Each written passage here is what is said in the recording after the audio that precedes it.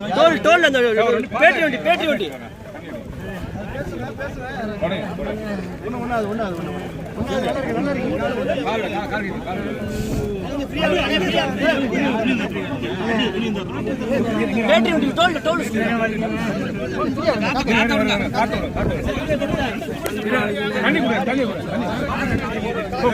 இப்பதான் பேட்டரி வண்டி கிராஸ் ஆச்சு. இப்பதான் போச்சு நம்ம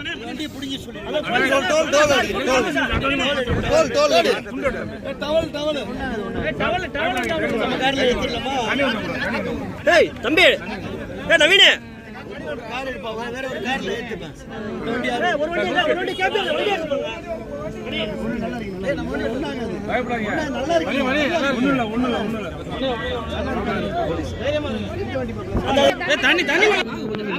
தண்ணி வந்தாரு.